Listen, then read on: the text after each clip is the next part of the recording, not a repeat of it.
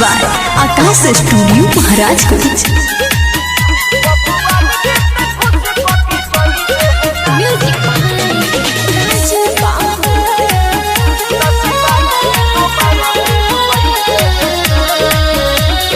चिकन chocolaty देखे चढ़ना कपार पो हो खतावे सक बाबू तोहरा विचार पो। चिकन चॉकलेटी देखी चढ़ना कपार पो हो खतावे सक बाबू तोहरा विचार पो। जब लग जाई मुँह तो मोटई बहना मोटई बहना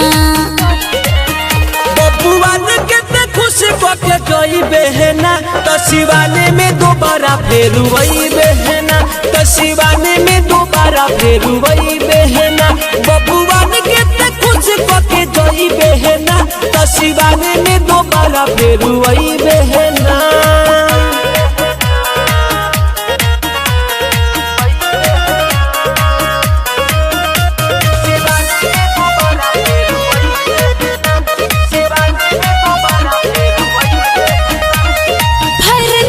राइफल के तन के डालो नहीं बोले दे हो पुचिया हिरान के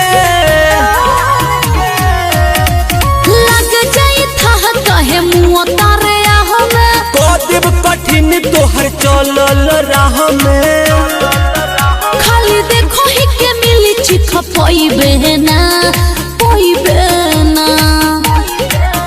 बबुआन के खुश पके जोई बहना तो शिवाने में दोबारा फिर वही बहना तो शिवाने में दोबारा फिर वही बहना बबुआन के खुश पके जोई बहना तो शिवाने में दोबारा फिर वही बहना।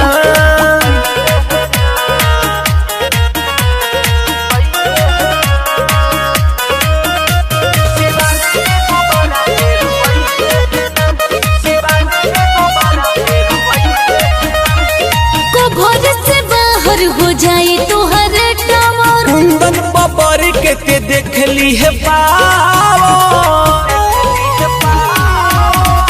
राजपूत दीपक के धैले बरोग हो बिनय भी तोह के लगाई दी भोग हो ना सुधर बेते जबले थुरोई बहना थुरोई बहना बबुआन के खुश पके जोई बहना तो शिवाने में दोबारा फिर वही बहना तो शिवाने में दोबारा फिर वही बहना बबुआन के खुश पके जोई बहना तो शिवाने में दोबारा फिर वही